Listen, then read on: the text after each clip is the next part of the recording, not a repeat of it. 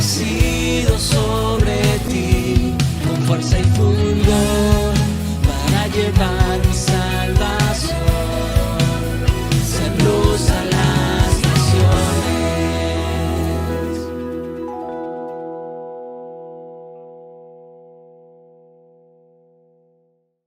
Aprovecho ahora que no están los pastores,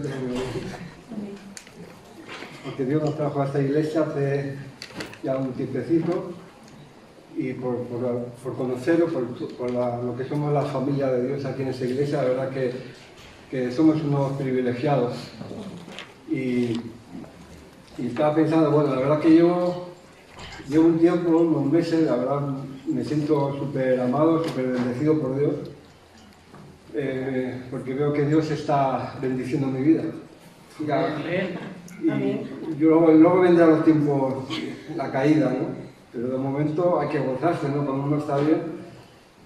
Pero bueno, todo esto tiene un proceso, ¿no? Y estaba pensando, digo, la verdad que somos una iglesia bendecida, ¿no? Somos una iglesia, me viene la palabra viva, estamos vivos. Y encima exportamos talento, ¿no? Porque no sé si te habéis dado cuenta, hace una semana que hubo el retiro de mujeres ahí en Barcelona, pues estuvo ministrando la danza Marta, ¿no? Hoy Rafa, los pastores, están en Andorra también dando la palabra ahí, portando talento, y la semana pasada estuvimos ahí en Valencia en un encuentro de intercesión, y la verdad que fue muy bueno, donde aprendimos, donde nos edificaron con la palabra, un buen tiempo de alabanza buenísimo, y también ahí pues faltaban mujeres. Necesitaban mujeres. ¿Quién nos creéis que estuvo en Ujier? El Joel, mi pareja de Ujier. Siempre me toca con el Joel y yo. Ahí estábamos los dos con la camiseta blanca, ¿no? Solo faltaba la chapa, ¿eh? Y ahí estamos. Bueno, y bueno, ¿no? También, porque la iglesia no se trata solo de cuatro paredes. La iglesia sale de las paredes, no se puede, la gloria de Dios y las bendiciones de Dios no las podemos encerrar en un cajón, en un cuadro, en cuatro paredes, sino que es algo mucho más, ¿no? Es un poco pues el tiempo que Dios tiene preparado para nuestras vidas, ¿no? Sobre todo dejar un poco atrás pues todos esos cuadrados que traemos muchas veces, todo eso que hemos aprendido de la religión, cosas aprendidas, cosas ya establecidas, que pensamos muchas veces que tienen que ser del 1 al 10, y fuera del 1 al 10 Dios ya no obra, ¿no? Y para poder producir y poder trabajar lo que Dios ha puesto en nuestras vidas, mostrar al mundo, a la gente, pues todo eso es una obra que va con nosotros a diario, ¿no? Es a diario, es algo que en el día a día tenemos que también pues, vivirlo, ¿no? Para que la gente pueda conocer pues el amor de Dios, ¿no? Y bueno, como digo, pues yo llevo un tiempo, bueno, ahora llevo un mes y pico, creo, yo para el tiempo soy malísimo, llevo un mes y igual siempre me ven y me dicen, qué exagerado eres, ¿no? Porque me pasa, lo del tiempo es que lo llevo fatal. Y bueno, llevo un mes que Dios me ha metido en el grupo de intercesión, ¿no? Y como en todo Dios me mete en lío, luego no sé por qué ni qué hago, pero ahí estoy, ¿no? Dios me mete en estos líos y los líos santos, los líos buenos, y la verdad que me queda sorprendido, ¿no? Porque veo el ambiente que tienen el equipo de intercesión entre ellos, y la verdad que digo que lo primero que pienso es qué hago yo aquí, ¿no? ¿Qué hago yo aquí con lo revuelto que soy yo y lo tranquilitos que están ellos? Y, ¿no? Y veo que el ambiente me siento súper pequeño estando con ellos, ¿no? Me siento pequeño, porque la verdad que el tema de la intercesión no es algo que en el lugar donde nosotros hemos vivido, no es algo que se priorice tanto, sino más un poco la relación tuya personal con Dios, pero ahí estoy aprendiendo mucho y bueno, y la verdad que me veo alrededor de ellos, pues el ánimo que tienen diario. La verdad que el grupo de WhatsApp de interacción es continuo por día, pero para bendecir, ¿no? Con versículos, con sentires, con palabra de Dios, y está pues, constantemente, ¿no? pidiendo oración por la gente y la verdad que, bueno, que digo, bueno, será que Dios tiene que tratar con mi vida, ¿no? Y bueno, de un tiempo, ya hace un tiempo, no sé cuánto tiempo, luego veréis lo que me pensáis, pero sí que había una parte de mí como que me sentía que tal vez hace cosa de un año por ahí, me sentía como una frustración en mi clase, en mi tipo de oración con Dios. Sentía como que mi oración delante de Dios como que no llegaba, me sentía como seco, como que mi oración era un poco como aprendida, ¿no? Como monótona, como que ya qué, ¿no? Me limitaba simplemente pues, a la oración diaria, Señor, bendíceme, ayúdame, tal, esto, a mí lo otro, y tal, no sé qué, pero no sentía, ¿no? Como que sentía que Dios me estaba pidiendo algo más, ¿no? Y bueno, yo estaba pues, ahí delante de Dios y tal, cayó un libro en mis manos, que estaba aquí, que entré aquí donde los libros, y de repente cayó un libro que es súper antiguo, me acuerdo yo que hace 20 y pico de años ya lo veía, se titula Ni tan solo una hora, no sé quién, no recuerdo quién es el escritor, pero es muy antiguo, y trata sobre el Padre Nuestro, la relación, muy buen libro de oración, y eso me animó, y a los pocos días vinieron los pastores y tal, y dices, ¿tú qué? ¿Le interesa yo? Y digo yo, no, como siempre, ¿no? Yo, como siempre, no es que no me veo y tal, pero bueno, se lo voy a poner delante de Dios y a ver lo que Dios muestra. Y bueno, al final ya sabéis, ¿no? Como siempre Dios dice, tiene la última palabra, gracias a Dios. Y bueno, ahí estoy, ¿no? Y eso, entre eso, el encuentro, la gente que está en el grupo de intercesión, la verdad que pues estoy viviendo un tiempo muy bueno, bendecido. Veo que mi relación con Dios va adelante, ¿no? Estoy dando pasos, ¿no? En mi relación con Dios como nunca, ¿no?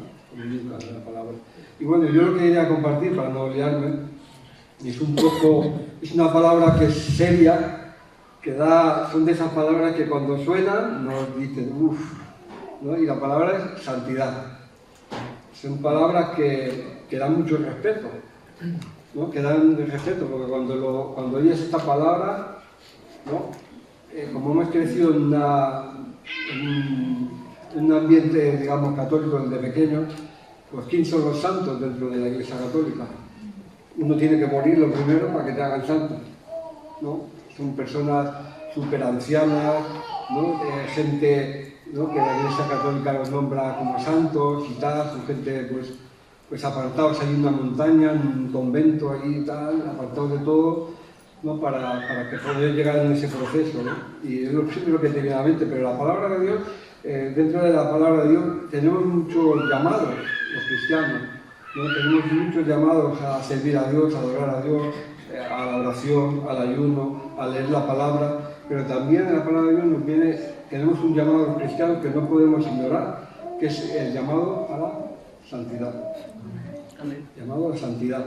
Y cuando lees esta palabra, a veces, sobre todo en el Antiguo Testamento, donde ves allá a los profetas, ¿no? Envueltos en una nube de gloria, ¿no? Ahí en la montaña buscando a Dios, y la verdad que dice, es impresionante, ¿no? Lo que esa gente sentía, Moisés, Elías, toda esa gente, ¿no?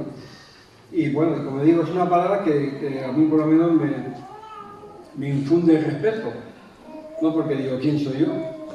¿Quién soy yo para poder aspirar, para poder alcanzar esto? Pero estos días, leyendo un poco y buscando, he encontrado que es mucho más sencillo de lo que nosotros nos pensamos.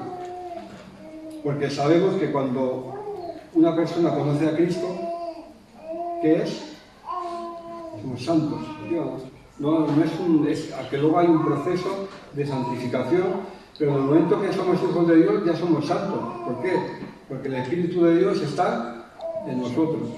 Porque Emmanuel, Dios con nosotros, no alrededor de nosotros. No es que Dios va detrás de nosotros en la vida y vamos caminando y Dios va detrás, ni va adelante, ni va en el lado, Dios es en nosotros. Y por tanto, estamos llamados a que nuestro corazón sea templo del Espíritu Santo. Y si leemos la historia de los sacerdotes del Antiguo Testamento, ellos tenían unos requisitos para poder entrar al lugar santísimo. Y ellos no podían entrar de cualquier manera. Ellos tenía que haber un proceso de santificación para poder entrar al lugar santísimo y solamente era una vez al año. Entonces yo, pensando en todas esas cosas, pensaba, pues así es en nuestras vidas también. Cuando hemos conocido a Cristo tiene que haber un proceso en nuestra vida. Tiene que haber un caminar en Cristo y una mejora, no tanto a lo mejor mejora, sino un cambio, ¿no? Un proceso de ir caminando mucho más a la perfección, ¿no? Y como digo, no son palabras que dicen, no veas, ¿no? Con lo que, ¿no? Perfecto, ¿no? O a la perfección, a la santidad, yo estoy fuera de eso, eso me cae muy lejos, o tú sí porque estás en la intervención, o has venido ahora de Valencia y del encuentro y vienes a tope y tal. O sea, no tiene, esto la palabra ya la tenía yo ya de hace unos meses, sino es algo que es un llamado para todos los que estamos aquí hoy, ¿no? Es un llamado, es algo que nosotros tenemos que anhelar para poder ir caminando en Cristo, en nuestro caminar como cristiano. Y en el Salmo 24 hay un versículo que justo lo compartieron ahí en el encuentro.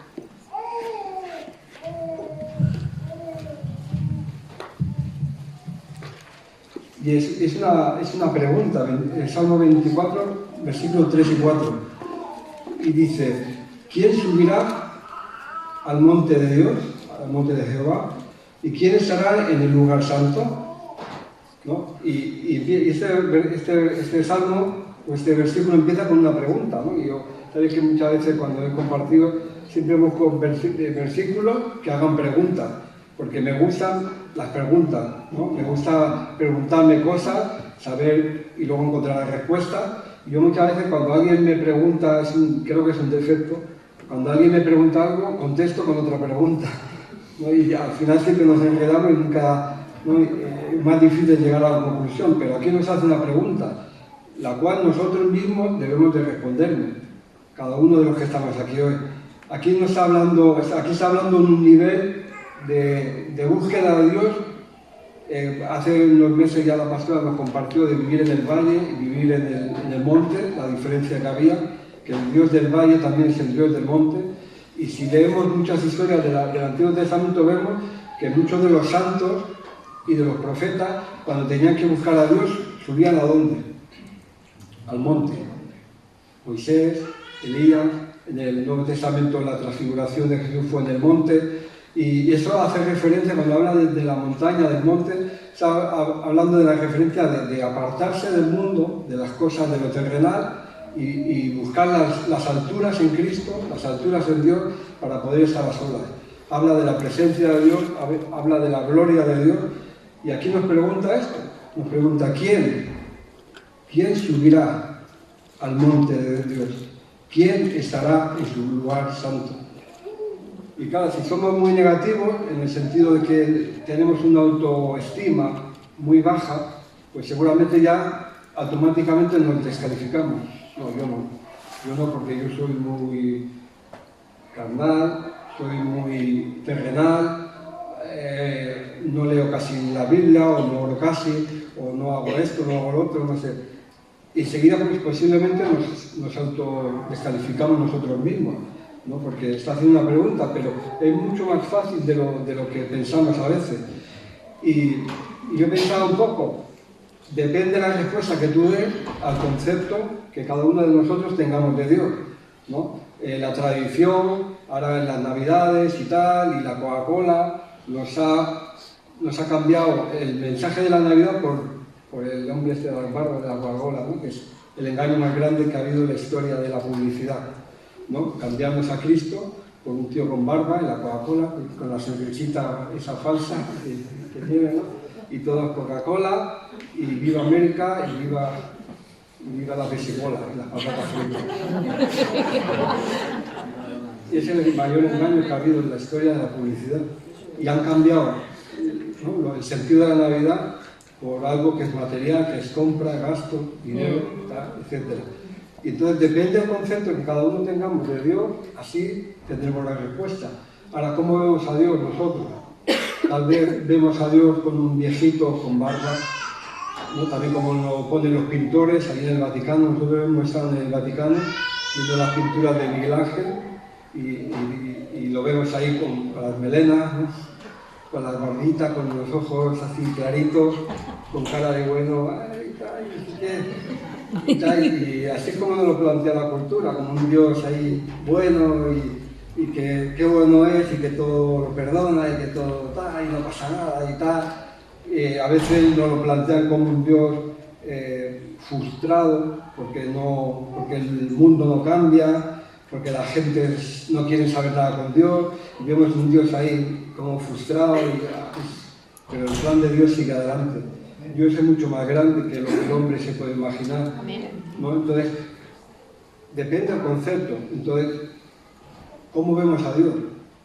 ¿Lo vemos como tal, como la Biblia nos lo plantea, con toda su grandeza, como cantábamos ahora, con toda su majestad, Dios majestuoso, que excede esas paredes, excede nuestras vidas, excede los tiempos, y hoy estamos y mañana estamos, pero Dios seguirá con su plan hacia adelante, y por mucho que veamos las noticias y todas las situaciones complicadas que hay, el plan de Dios sigue adelante, y Dios está en control de todo, ¿no? A pesar de que el mundo cada vez va peor, pero nosotros estamos ahí. La Iglesia Santa está ahí. Los santos que existieron hace siglos siguen existiendo hoy y siguen tratando de llevar el Evangelio adelante.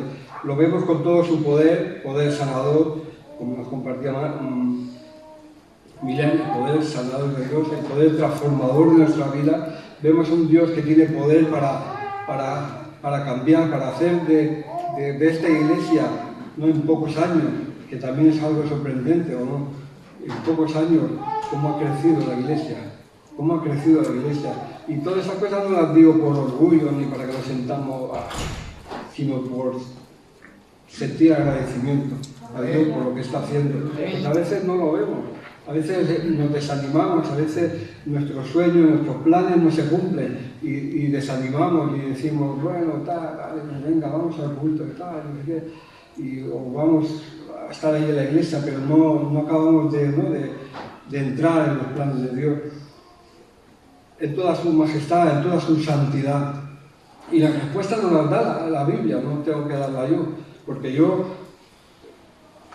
pensando en esta palabra santidad, para mí, yo no vengo aquí a explicar qué es la santidad, porque ni siquiera yo lo entiendo, ni se escapa de mi mente. Cómo Dios me puede llamar a mí santo, cómo Él me puede decir, sé santo, porque yo soy santo, cuando yo soy un pecador, en manos de un Dios de misericordia. No lo entiendo. No entiendo cómo una persona que ha sido tan mala en la vida vieja, ¿no? Dios me ha llamado a conocerlo. No lo entiendo, no entiendo cómo yo muchas veces me veo a mí y cuando me miro a mí digo, Dios tiene trabajo, pero trabajo en mí. Y todavía la Biblia nos llama santos. Santos. Debemos buscar esa santidad. Y bueno, y la respuesta nos la da el mismo Salmo. ¿Quién subirá al monte de Jehová? ¿Y quién estará en el lugar santo? El limpio de mano y puro corazón, el que no ha llevado su alma a cosas vanas. La respuesta nos la está dando. Entonces, por eso es tan importante que en nuestro vivir diario tengamos ese anhelo en nuestra vida, limpiar nuestras manos, que nuestras manos no toquen nada impuro, que nuestras manos no participen del robo, de engaño, de situaciones que no deben de tocar, que nuestras manos, nuestros dedos no toquen botones que no debemos tocar. Tener cuidado con las cosas que tocamos en nuestra vida. Está hablando de corazón puro, que nuestro corazón, que el trono de nuestra vida, nuestra voluntad sea para el Espíritu Santo. Que sea para el Espíritu Santo, que sea Él que gobierne. No que tengamos a Jesús como un invitado. Hoy te invito, domingo, y el lunes lo dejamos a un lado. Y le invitamos a comer y luego, ¿no? De paso, Jesús, de paso, sino como, ¿no? Que Jesús sea permanente en nuestra vida, puro de corazón. Y el que no ha elevado, el que no ha dejado que su mente, que su corazón se pierda de la vanidad en cosas irreales. A veces estamos soñando con cosas que no son reales. Estamos pidiendo por cosas y deseamos cosas que Dios no nos va a dar. Y eso es vanidad también. eso es pensar, eso es dejar que nuestro corazón se vaya detrás de cosas que Dios no está detrás. Dios siempre nos dará lo que necesitamos. Siempre nos dará lo que necesitamos. No, Dios no tiene hijos caprichosos. Tiene hijos al cual ahí entra, ¿no? su misericordia, su gracia, sus bendiciones, pero también entra la disciplina muchas veces en nuestra vida. Y así será. En cuanto a nuestro pensamiento, en cuanto a Dios, así será como nosotros mismos por exponer ahí. ¿Quién piensa que puede subir a la presencia de Dios? ¿Quién puede presentarse delante de la... Claro que ninguno de nosotros somos dignos de estar, pero por su gracia, por su sangre, porque hemos sido lavados por su sangre y nuestros corazones están marcados por la sangre de Cristo, es por lo que podemos acercarnos al trono de la gracia, confiados, porque Dios nos va a dar la ayuda que necesitamos cada día para el oportuno socorro. Él es el Espíritu Santo, es el que nos va a dar la ayuda. Por eso nos acercamos con esa confianza, ¿no? Cuando venimos al culto, por eso nos acercamos con esa confianza al trono de la gracia, confiados, Padre, perdona, limpia, te alabamos, Padre bueno, Dios santo, con esa confianza, porque estamos seguros en quién hemos creído. Aquí en Primera de Pedro, capítulo 1,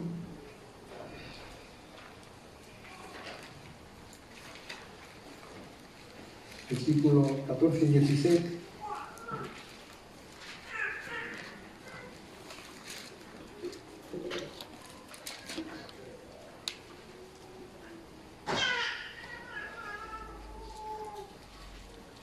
Y 16 dice, en mi Biblia lo titula el principio del encabezado, pone llamamiento a una vida santa.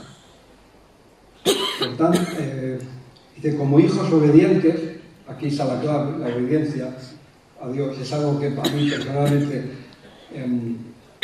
siempre me ha costado, pero de por sí yo soy muy, siempre lo digo, soy muy mal mandado. A mí lo que me manden lo llevo fatal y ahí entra, ¿no? Como ayer hablábamos, ahí entra el trato de Dios. Siempre he sido mal mandado. Cuando me mandan, sale algo de mí en el trabajo. Me dicen, oye, es algo que Dios está tratando en mi vida. Pero aquí está diciendo, como hijos obedientes, la obediencia. En todo este tiempo estoy aprendiendo, bueno, llevo ya años, aprendiendo a ser obediente a Dios.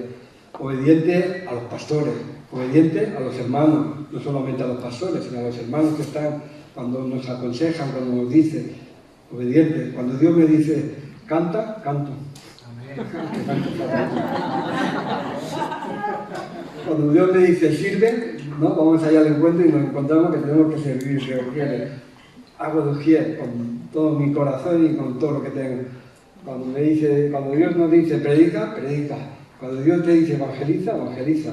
Cuando Dios te diga algo, cuando el Espíritu Santo diga algo, hazlo. No te vayas a la cama siendo un desobediente, porque entonces estamos metidos en problemas.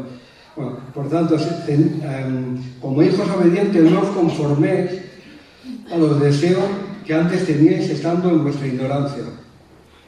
Pero, como aquel que os llamó es santo, Dios es santo, 3 veces santo, sed también vosotros santos en toda vuestra manera de vivir, porque Cristo está. Ser santo, ¿por qué? Porque Dios es santo. Y no hay otra manera de poder servir a Dios si no es en santidad. No hay otra manera. Y con nuestros defectos, nuestros errores, pero anhelamos agradar a Dios, anhelamos buscar esa santidad, anhelamos perfeccionar nuestra vida, anhelamos no conformarnos a los deseos que teníamos antes por la ignorancia. Ahora ya no somos ignorantes. Ahora tenemos la palabra, tenemos la verdad, tenemos el Espíritu Santo en nosotros que nos enseña. Ya no somos ignorantes, ya conocemos el Evangelio. Entonces está diciendo, sino como Dios nos llamó, que es santo, sed también vosotros santos, ¿en qué? En toda vuestra manera de vivir. Por tanto, ya no tenemos ninguna excusa. Busqué la palabra, hace ya unos días que tenía la palabra consagración, que la verdad que no sé muy bien lo que significa. Lo tuve que buscar más o menos me imagino, ¿no? La palabra consagración en el diccionario. Y la palabra viene en cuanto al tema de religión, de servir a Dios, dice santificación, significa confirmación, significa entrega total, significa dedicación total y consolidación total a Dios, ¿no? Y entonces como yo tengo mi cabeza siempre, si quiere imaginar cosas, soy un poco infantil, estaba pensando en la mayoría, ¿sabéis? Tenéis ordenadores en casa, ¿no? O teléfono. ¿Sabéis cuándo hay la actualización? A ver si lo digo, software, ¿no? Software. Cuando te viene la actualización, que es un rollo, porque si tienes que leerlo todo, y al final pasas, y al final le das acepto, y no sabes ni lo que has puesto. Y me venía la palabra un poco, que muchas veces nosotros vamos a Dios, pero para aceptar todas las condiciones que Dios nos pone, todos sus estatutos, mandamientos, todo lo que Él demanda de nosotros, a veces ponemos condiciones a Dios. Y a veces le presentamos como la autorización esa, ¿no? Para que Dios lea, esta es mi condición. Y luego al final Dios tiene que dar acepto, venga, entra en la iglesia, entra a la familia de Dios, entra, venga, voy a hacer una obra en tu vida, pero primero le mandamos las 3 páginas esas que hay, que las pasas así, y le damos a aceptar. Y me venía la idea que no debe ser así. No es que yo lo diga, sino que la palabra de Dios dice, ¿cómo tiene que ser? Esto es una hoja en que no hay nada escrito, ¿verdad? Y cuando nosotros nos acercamos a Dios, deberíamos, esta es la actitud nuestra, no servir a Dios ni buscar a Dios con condiciones.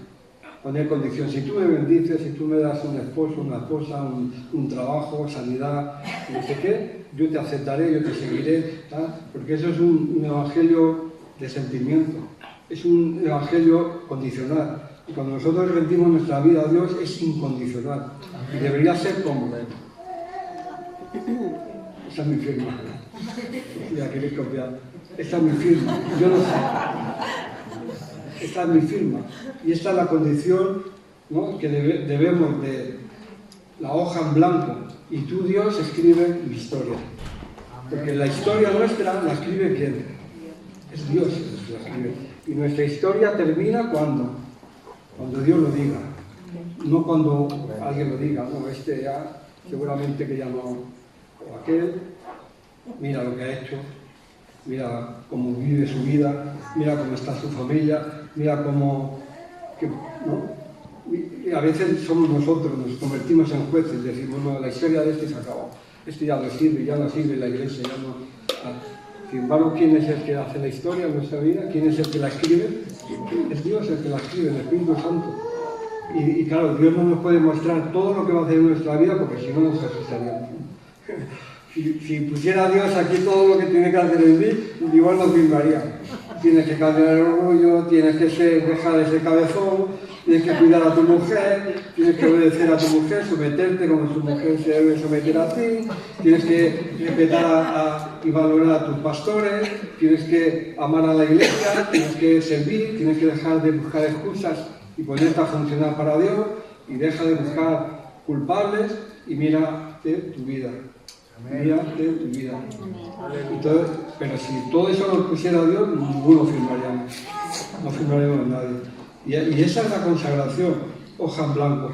Señor, lo que tú digas. Cuando tú digas, como tú quieras.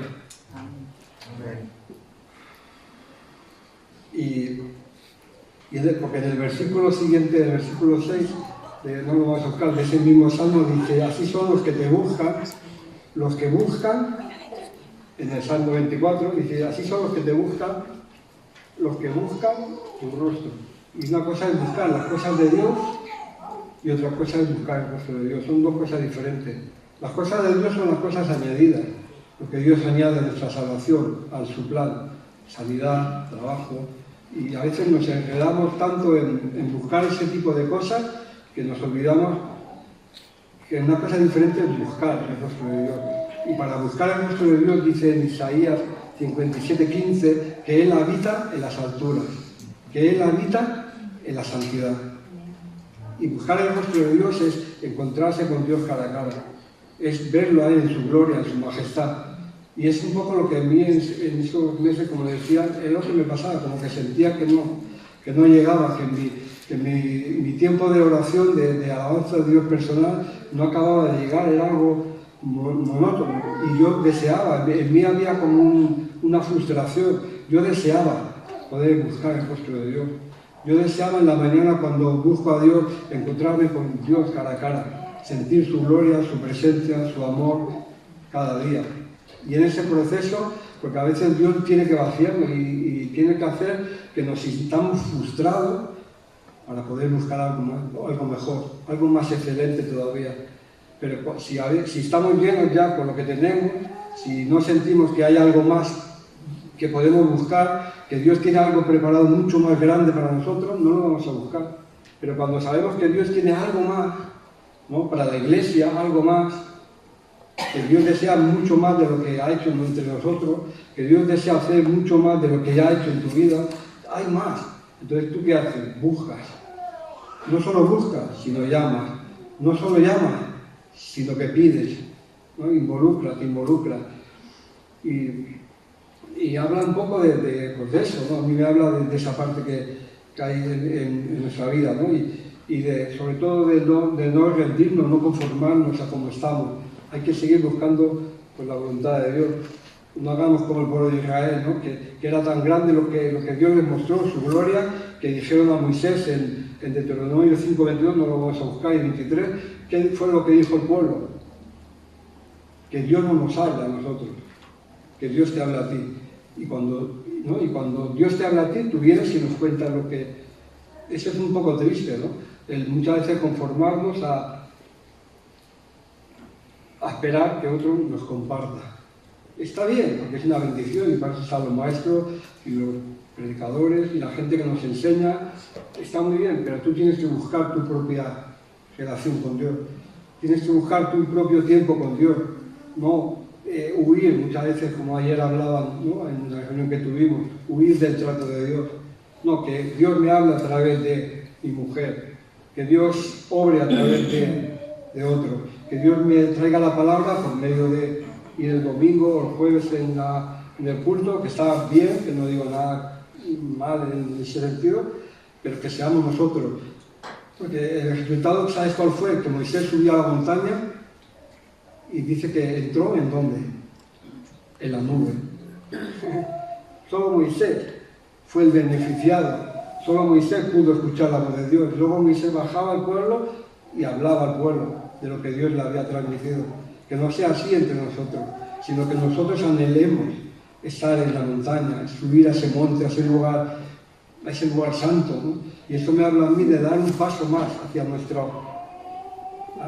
un cambio más grande en nuestra vida, dar un paso más hacia una santidad mayor en nuestra vida, dejar de lado todas esas cosas que nos estorban en el día a día.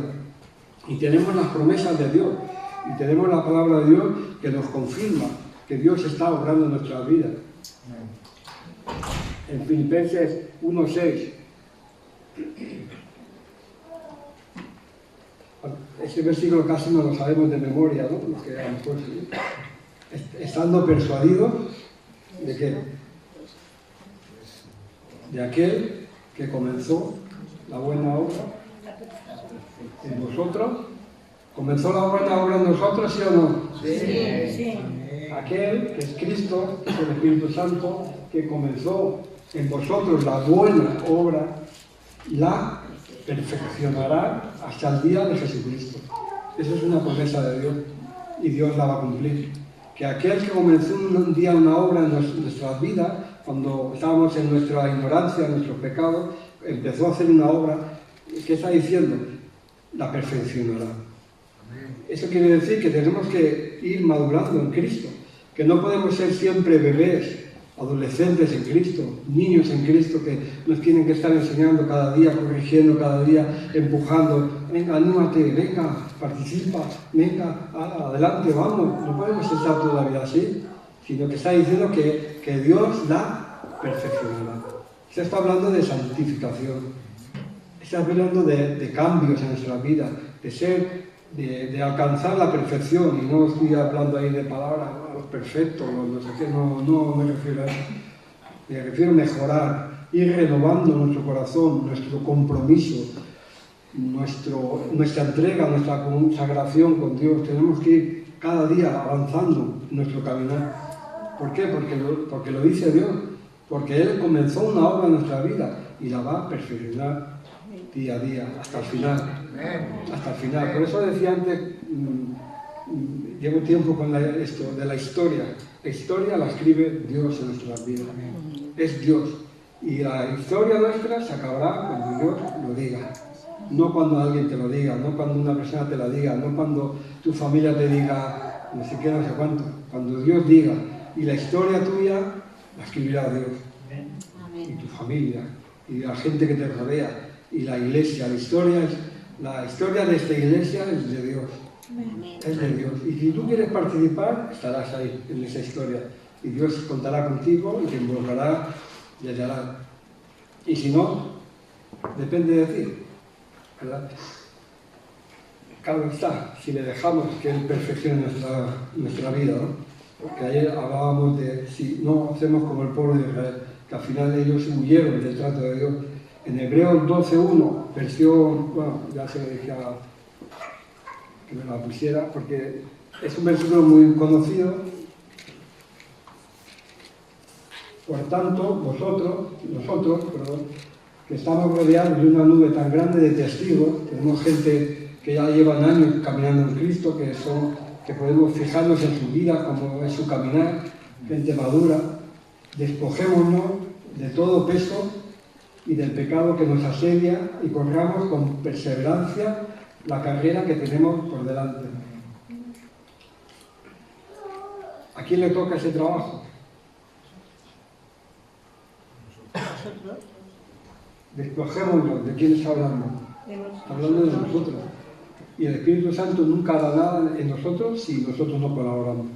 Fíjate lo que te digo. Hay ciertas cosas que Él las va a hacer sí o sí. Hay ciertas cosas que las va a hacer, las va a llevar adelante. Pero hay cosas que en nuestras vidas son condicionales. Si nosotros no queremos entregar cosas, el Espíritu Santo no es un ladrón, no es un ocupa que entra por la ventana, no es un ladrón que fuerza cerradura. Él es un Señor. Y Él llama a la puerta, y si tú oyes su voz y tú estás dispuesto a que Él cambie y renueve tu vida, Él va a entrar y te va a mostrar, por medio de la palabra, por medio de la predicación, te muestra esas cosas que estorban en nuestro caminar para poder correr la carrera como Dios manda. Pero si te muestra cosas en tu vida, pero no queremos entregarlas, entonces vamos a frustrarnos, no vamos a poder dar todo el potencial que Dios ha puesto en nosotros, todos los dones que Dios ha puesto en nosotros, que son para la edificación de los hermanos, de la iglesia. No vamos a poder participar del servicio, de las cosas de Dios. No vamos a poder participar, porque mientras no cambiemos esas cosas que Dios pide en nuestra vida, no va a poder llevar la obra adelante. Y muchas veces, yo estaba pensando en esto, muchas veces son las cosas pequeñas, que muchas veces aquí se ha compartido desde el altar. Son esas cosas pequeñas las que estorban, no son los grandes pecados, porque los grandes pecados los identificamos rápido, ¿sí o no? Un asesino, rápido, no se escandalizaría, porque nos rasgaríamos la vestidura, ¿no? Como los judíos. Madre mía, una persona adúltera, rápido, ¿no? Enseguida nos rasgaríamos, diríamos, como, madre mía, ¿no? Esos pecados tan grandes, ¿no? que escandalizan incluso a los que no son cristianos, que a veces los vemos en la noticia y rápido nos escandalizamos, madre mía, tal, incluso nos atrevemos muchas veces a juzgar a las personas, ¿no? Mira no sé qué, tal, como en los tiempos de Jesús, ¿no? Que señalaban a las personas que rodeaban a Cristo, ¿no? Porque eran pecados evidentes, mujeres adúlteras, ¿no? Que cometían adulterio, gente cobradores de impuestos que robaban al pueblo, y rápido identificaban, esta gente, mira cómo. Pero ¿y qué de los pecados pequeños? Aunque en la Biblia no habla de pecados grandes y pecados pequeños. Pero ¿y qué de esos pecados sutiles? que muchas veces están en nosotros. Porque las cosas grandes, como digo, los pecados grandes rápido, enseguida los señalamos, ¿no? Cuando viene una tentación grande, que muchas veces el diablo ni se preocupa en tentarnos con cosas grandes, porque sabe que no vamos a caer, porque enseguida lo vemos venir, ¿sí o no? Pero el diablo se viste como ángel de luz. Y él viene con cosas sutiles, cosas suaves, para que, como gominolas, ¿no? Que se comen así dulces y vas picoteando y cuando te das cuenta estás ya hecho polvo. Esos pecados pequeños, que para mí no son pequeños. Incluso entre nosotros, o entre el mundo cristiano, vamos a decir, ya no se usa tanto para esas cositas pequeñas, no se usa tanto la palabra pecado. Se usan otras palabras para hacerlo más suave, que no parezca tan escandaloso. Usamos la palabra error, usamos la palabra... tenía por aquí apuntado.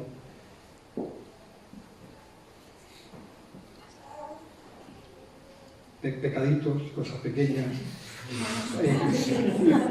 Usamos la palabra errores. He cometido un error, hermano, perdón. He cometido un fallo, te he criticado, perdón. Si ha sido un fallo, tú no tienes fallo.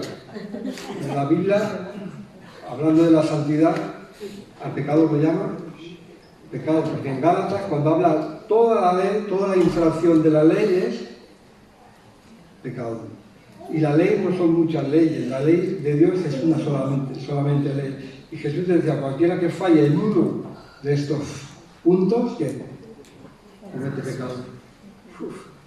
Y muchas veces son esas cosas ahí que están ahí que nos estorban, no son grandes cosas, no son grandes pecados escandalosos, que puede ser que sí, que en nuestra vida haya pecados de adulterio, no lo sé, de pornografía, tampoco lo sé, no tengo ni idea, cada uno sabemos. Pero muchas veces las cosas pequeñas son las que estorban, ¿no? Que hace poco también lo compartieron, el enojo, ¿no? ¿Quién no se ha enojado alguna vez? La ira, la crítica, el rencor, la falta de perdón. Estoy hablando entre los hermanos, ¿eh? No estoy hablando con esa tía tan difícil que tienes, tu suegra. Que yo, mi suegra, la verdad que es una maravilla, mujer. Estamos hablando entre nosotros muchas veces, rencor, falta de perdón, enojo. A veces alguien nos dice, nos incomoda y ni siquiera le saludamos. Si le saludamos, le decimos, no. Qué alegría. Es rápido que pase. A veces es verdad, a veces está eso así. Falta de perdón, el orgullo, la vanidad, la murmuración también, que nos hablaban ahí en el Congreso. Y fíjate, lo explicaron de una manera tan sencilla. ¿Sabéis lo que es la murmuración? Es todo aquello que tú no te atreves a decir a tu hermano en la cara. ¿Sí o no? Sí. La murmuración es todo lo que yo no me atrevo a decirle a David en la cara. Y le digo a mi mujer, ¿te has enterado de David? Vaya pena, ¿no? Sí, bueno, lo cortaré. Esa es la murmuración. Porque tú no te atreves a ir a tu hermano y decirle, mira, porque la Biblia lo dice, si tienes algo con tu hermano, vete y habla con él a sola. No vayas a buscar apoyo, no vayas a que alguien te ayude, sí, es verdad, porque yo hace unos meses, sí, también me dijo algo parecido y tal. Entonces, y la Biblia nos dice que cojamos y aparte, mira David, lo que has dicho, no sé si me ha ofendido, me ha dolido, tal. Y él nos puede dar una explicación, porque muchas veces esas cosas que tenemos en contra de otro, muchas veces ni siquiera el otro lo sabe que lo ha hecho. ¿Es así o no? Sí. A veces hablas, pues yo no me da cuenta, yo lo he dicho por en broma, o ni me he dado cuenta que te haya dicho, mira, pues lo siento, ahora que lo dices. Y son esas cosas pequeñas las que nos estorban muchas veces para alcanzar ese propósito y ese plan de Dios que tiene con nuestra vida, ese subir a ese monte, ese buscar la perfección en Dios, buscar la santidad de Dios. Bueno, y acabando, porque tampoco quiero alargar mucho más, hay un personaje en el Nuevo Testamento que yo recuerdo, ¿no? Al principio, cuando yo conocí a Cristo, se compartía mucho, porque era un hombre que predicaba el arrepentimiento.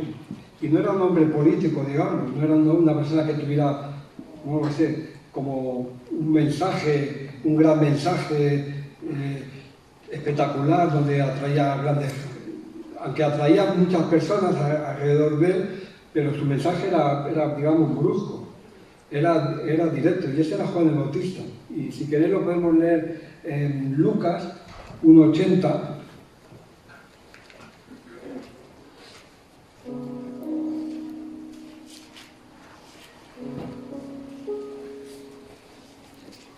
Dice,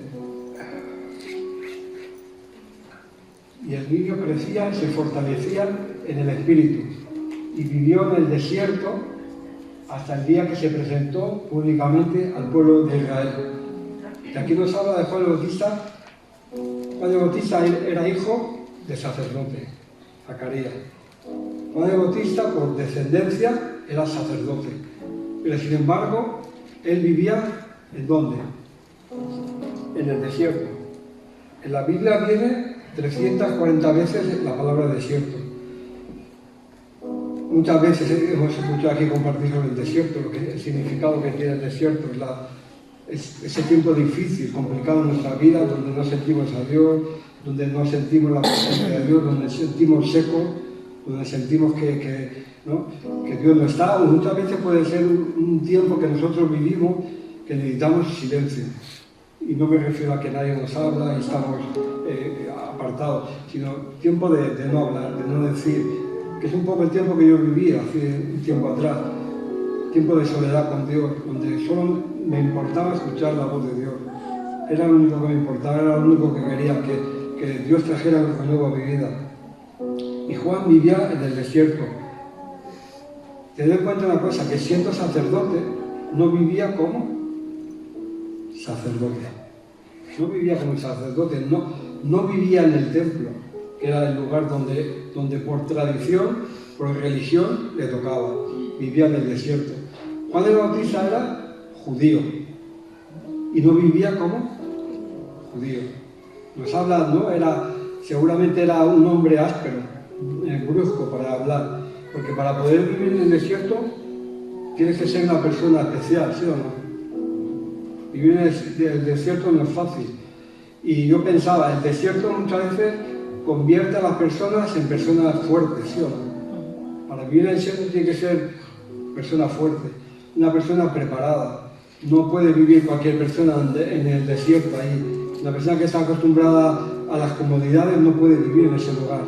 Tiene que ser, es un tipo de clima, ¿no? donde trabaja, ¿no? Donde convierte a las personas en personas fuertes. Y por eso Dios permite muchas veces que vivamos en lugares desiertos. Dios permite para poder tratar nuestra vida, para fortalecer nuestra vida. No es un capricho de Dios, es para que necesita trabajar, porque necesitamos muchas veces apartarnos de todo. Y como Juan el Bautista, apartarnos de qué? Muchas veces de la religión, de lo que ya está establecido, porque la religión mata. Y nosotros como cristianos tenemos vida, tenemos a Jesús, tenemos las buenas nuevas. Si nosotros queremos que la gente se convierta en Cristo, no podemos llevarle una religión, porque ellos ya tienen una religión. No sé si me entendéis. Los católicos ya tienen su religión. Y si yo le llevo más religión, no se van a convertir. Yo trabajo en un sitio donde entran muchos árabes cada día. Y Dios ha puesto carga por ellos. Y yo estoy todo el día atrás y hay que tener una paciencia. Y trato con ellos y son tremendos. Pero yo no puedo llevarle la religión evangélica a ellos, porque ellos tienen cada religión suya. Entonces ellos solo pueden convertirse si ven mi testimonio mío. Es como los judíos. La mejor religión que hay es la judía, después del cristianismo. Y ellos están súper orgullosos y están ahí y Dios los ha protegido. Si yo le llevo otra religión más, no se van a convertir. Pero si yo le llevo a Cristo, ¿qué va a pasar? Van a convertirse. Si yo le muestro que Dios es santo y que nosotros somos santos, pero no solo de palabra, no solo de de hablar y hablar, sino nuestras vidas ven santidad, ven que realmente Dios está haciendo la obra, que el Espíritu Santo está en nosotros, ellos van a convertirse. No con palabras, sino con hechos. Y él estaba fuera, como digo, él estaba fuera de la cultura, fuera de la religión, fuera del templo. Por eso decía al principio que Dios trasciende los templos. Y podemos hacer el templo mucho más grande, o la iglesia mucho más grande, que Dios la seguirá llenando si buscamos la santidad de Dios. Si la iglesia se santifica, si la iglesia va adelante, y si estamos en el plan y en el propósito de Dios, porque Cristo se casa con la iglesia, no cualquier iglesia, no porque ponga una iglesia evangélica quiere decir nada, sino que Cristo, su esposa es, ¿cómo es la iglesia? Santa, pura, sin mancha y sin arruga. Y ese es el deseo, ¿no? que un poco Dios ha plantado en mi corazón. Y hoy, como nunca, como siempre, como hasta el final que Cristo venga a buscar a su iglesia, Dios necesita esos Juanes o esas Juanas. Juanes y Juana Bautista, ¿no? Que gritan en el desierto. Vamos a leer un momento. Ponme Mateo capítulo 3, versículo 1. Ya terminamos.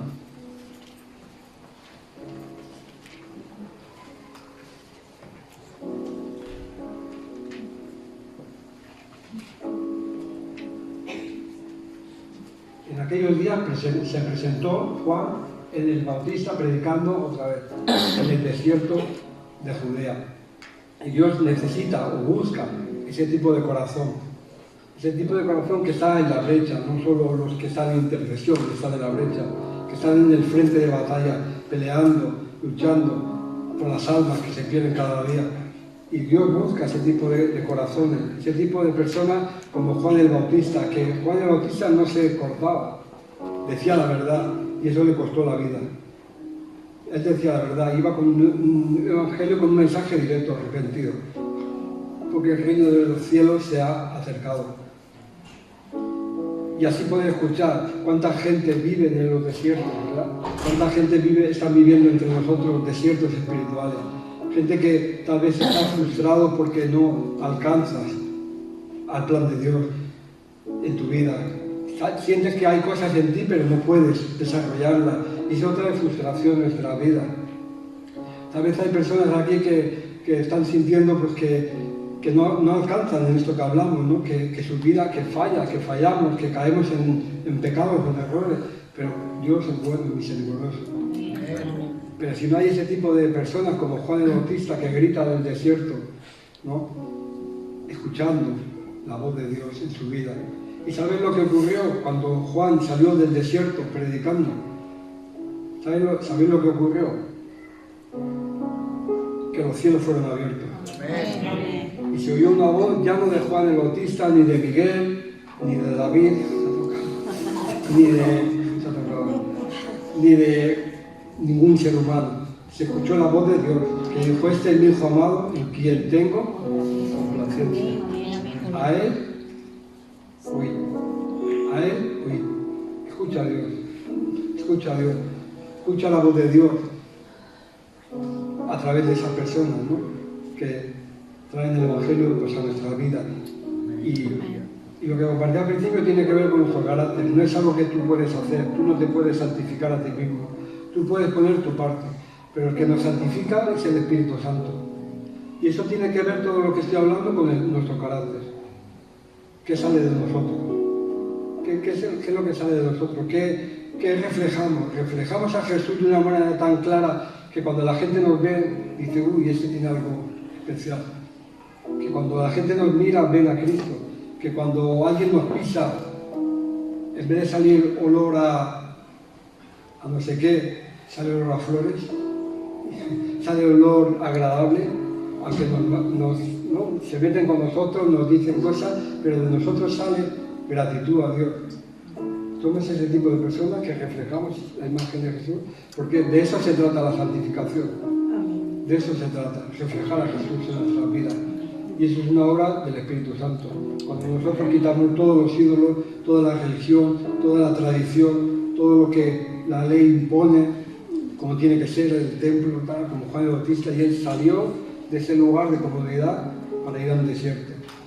Porque él tenía claro cuál era su plan. Y una de las cosas que más me toca es que Juan el Bautista tenía claro cuál era su llamamiento. Que a veces a nosotros nos cuesta entender cuál es nuestro llamamiento. Él era el que iba a abrir el camino, ¿a quién?